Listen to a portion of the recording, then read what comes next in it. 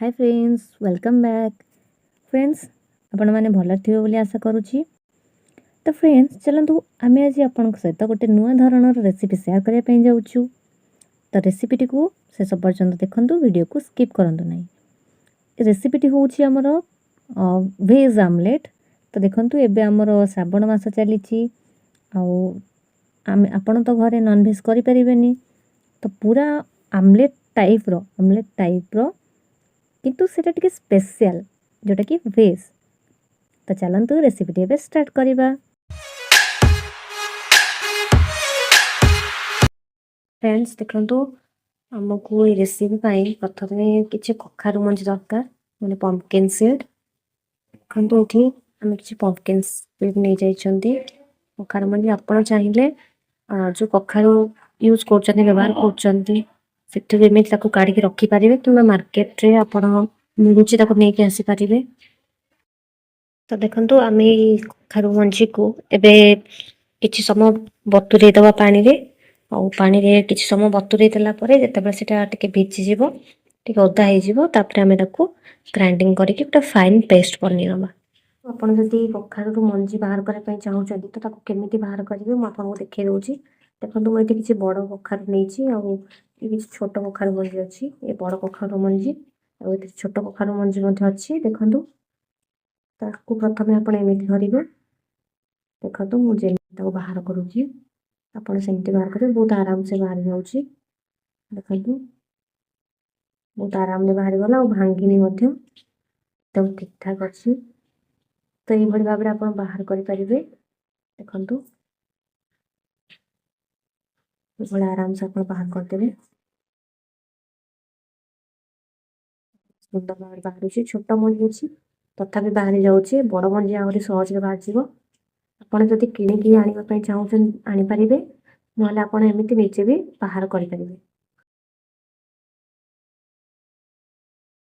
ए कखारु मंजी को एमिति बाहर कर रखी देइछि। तो एठी मु किछि 5-6 कुला रसुण नेइछि, आ एठी गोटे लंका नेइछि, आ गोटे छोट पीस अदा नेइछि। एठी आपण जीरा नै पारिबे, किंतु मु एथरे जीरा गुंड पकेबी, तो जीरा नौनी आपण जीरा नै पारिबे, नहले जीरा गुंड भी दे पारिबे। तो याकू आमे एबे सबको ग्राइंडिंग कर नबा। तापरे ग्राइंडिंग करिके गोटे फाइन पेस्ट बनेबा। तापरे मु आपनको बनेकी देखौछि एबे। देखंतु आमे एबे एठी गोटे फाइन पेस्ट बनी नेइछे।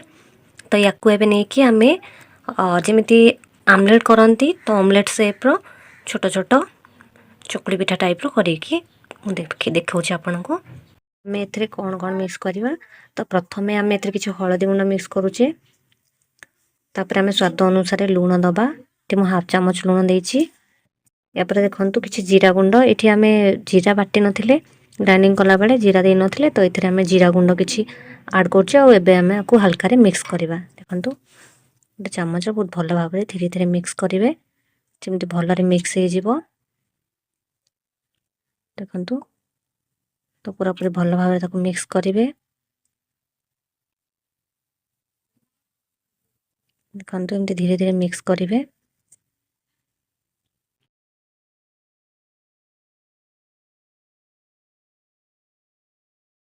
देखंतु एथरे एबे आमे आउ टिके हळदी गुंड दबा, काहे कि एटा लागिनी भल रे। याकू भल रे मिक्स करिवा। देखंतु तो एथरे आमे एबे आउ टिके पानी ऐड करिवा। टिके पानी ऐड करिके जस्ट अल्प टिके देबे। तापरे भल रे मिक्स करिवे।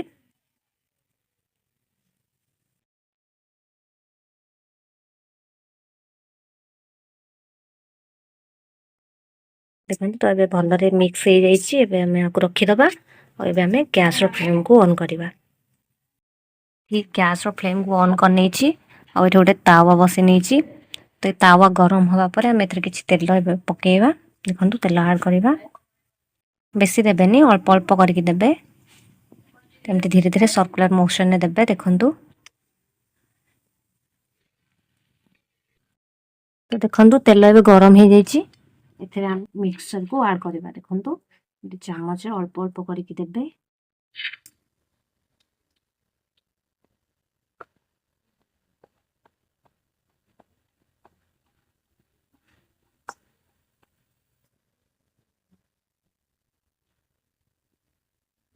ପୁରା ପତଳା କରିକି ଦେଖନ୍ତୁ ଏମିତି ଯେମିତି ଆମେ ଅମଲେଟ୍ ବନାନ୍ତି ସେମିତି एकदम ପତଳା କରିକି ଧୀରେ ଧୀରେ କରିକି ଦେବେ।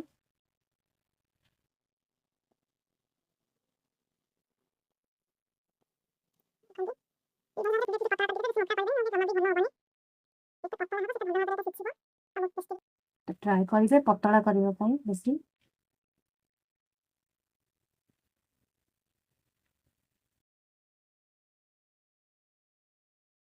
गैस फ्लेम को लो रखिए देखो ना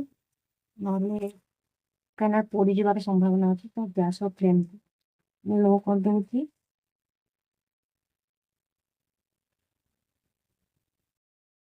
मुझे या उल्टे नहीं टिके लगी जाइए से भांगीगला टे देखिए उल्टेबे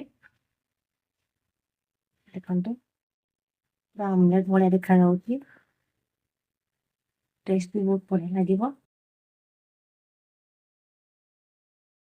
आमे आ किसी समय सिझा छाड़ीदबा 1 ରୁ 2 मिनिट पर्यंत और सिझिले भल भाव देखो मुझे चारिपटे तेल दे दूची आम को किसी समय सिझा छाड़ीदबा। देखु ये आमर रेसिपी पूरा रेडी हो जाइए देखो बहुत भल भाव में सिझी जाइए आ एकदम ऑमलेट भाया देखा तो टेस्ट भी एकदम ऑमलेट भाया हम बहुत टेस्ट लगे। चलते मुझे आपको गोटे प्लेट को काढ़ी आपको देखा मुझे गोटे प्लेट को काढ़ी देखो बहुत टेस्टी होती बहुत बढ़िया लगुच मुझे टेस्ट करके देखु तार टेक्सचर एकदम ऑमलेट शेप रो खाई